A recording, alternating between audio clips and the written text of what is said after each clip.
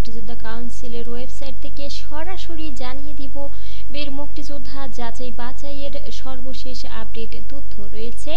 উপজেলা তালিকা, বিভিন্ন বাহিনী সদস্যের উপজেলা ও আরই তালিকা, বীর মুক্তিযোদ্ধা যাচাই বাছাই নির্দেশিকা, যাচাই বাছাইয়ের আওতায় বীর মুক্তিযোদ্ধাদের জন্য নির্ধারিত ফর্ম।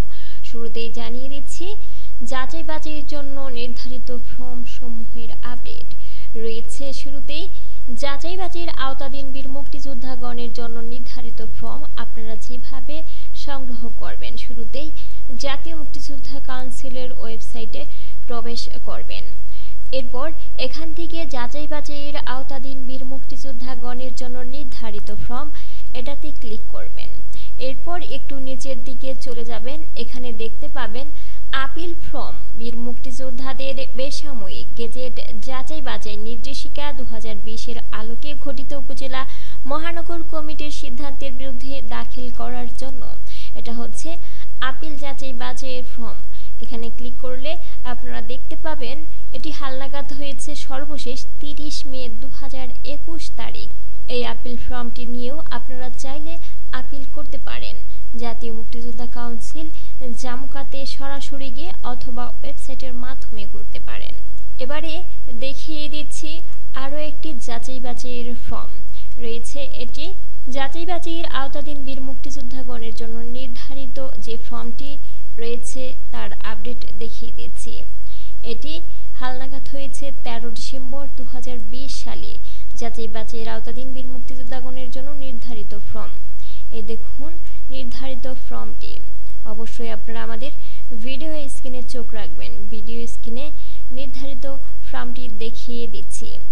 এছাড়া দেখিয়ে দিব আরও মুক্তিযোদ্ধা যাচাই বাছাই আপিল ফর্ম এবং মুক্তিযোদ্ধা যাচাই বাছাই ফর্ম। মুক্তিযোদ্ধা যাচাই বাছাইয়ের আপিল ফর্মটি হচ্ছে এটি সর্বশেষ হালনাগাদ হয়েছে 6 ফেব্রুয়ারি।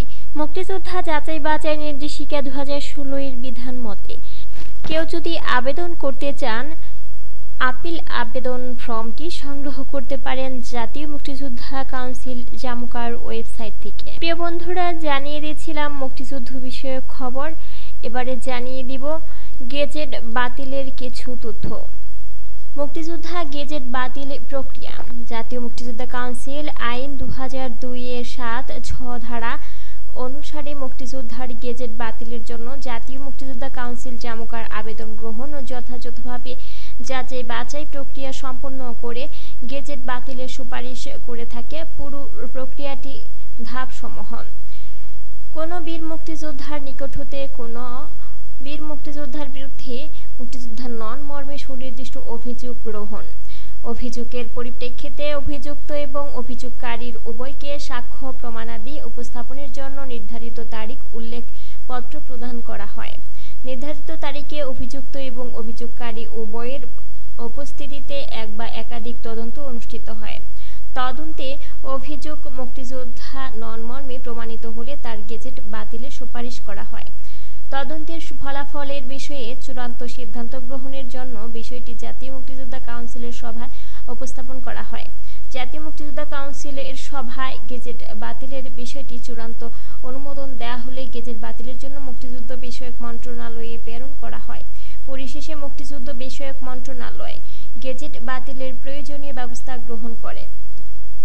এ ছিল সুপ্রিয় বন্ধুরা মুক্তিযুদ্ধ বিষয়ক সর্বশেষ গুরুত্বপূর্ণ খবর আমাদের এসআর আন্তর্জাতিক বিবিসি নিউজের।